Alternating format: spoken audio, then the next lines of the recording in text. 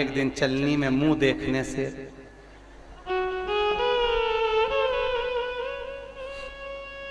चार बार तो पति से बोल दिया, आज करवा चौथ है मैं कुछ नहीं खाऊंगी, कुछ भी नहीं खाऊंगी। पति बोले 3 दिन पहले से तो साड़ी के लिए प्राण खा गई, अब कुछ नहीं खाए तो कब? एक दिन न खाएगी तो। एक पति घर में कुछ काम कर रहा था, इतने में पत्नी आ गई मायके से। क्या कर रहे हो? पति बोला रुपया जोड़ रहा हूं। पत्नी खुश होकर बोली मुझे मालूम था तुमने कहा था करवा चौथ में मंगलसूत्र दिलाओगे, इसलिए जोड़ रहे हो? पति बोला नहीं री 20 का नोट फट गया तो जोड़ रहा हूं।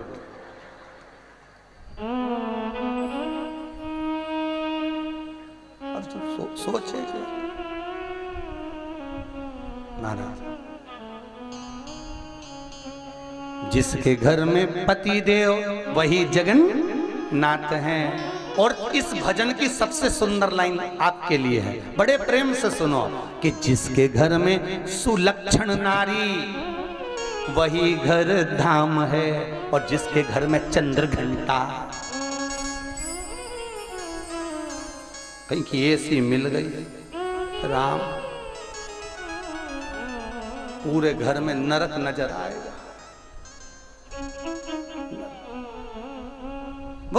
जिसके घर सुलक्षण नारी हो, मर्यादा में रहने वाली, संस्कारवान, सेवा पूजा भजन में रमने वाली,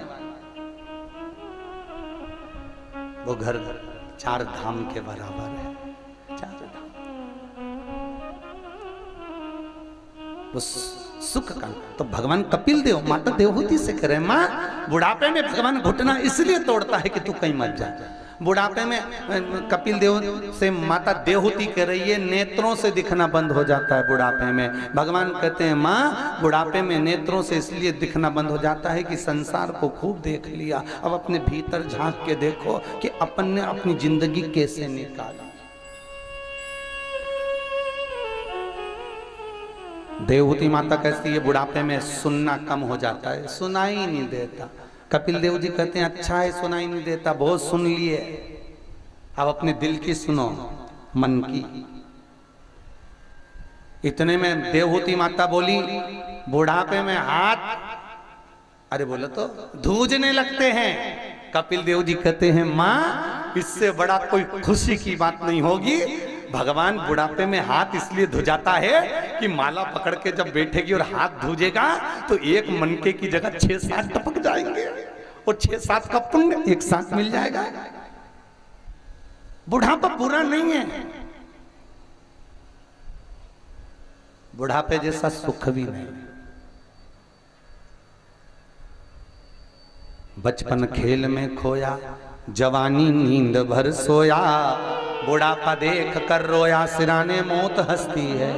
अंतिम बिंदु बुढ़ापा है। शास्त्र कहता है बचपन में भगवान के आगे झुक लो, ना बने तो जवानी में भगवान के आगे झुक लो, जवानी तक नहीं बना तो अधेड़ी में भगवान के आगे झुक लो, अधेड़ी तक भी नहीं झुके तो बुढ़ापे में भगवान ऐसा झुकाता है कमर की हड्डी तोड़ के हाथ में डंडा पकड़ा देता है, फिर दुनिया के आगे झुक झुक के चलना पड़ता है, और वो झुकाएगा तो महंगा पड़ जाएगा। इसलिए पहले ही झुक लो। झुकने में कुछ नहीं जाता, कुछ भी नहीं।